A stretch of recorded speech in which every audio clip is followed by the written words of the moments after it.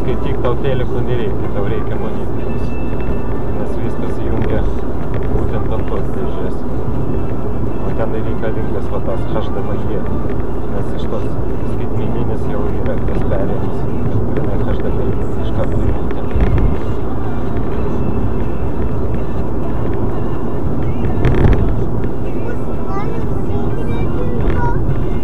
Nu, kur tavo monitorius?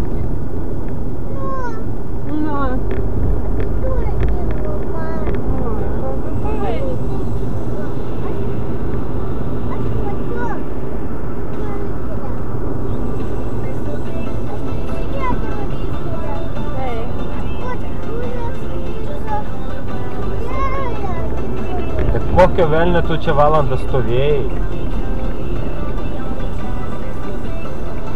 Klausyk, strėlytės iš viso nebuvo. Stovėjo, sugalvojo, pasuko.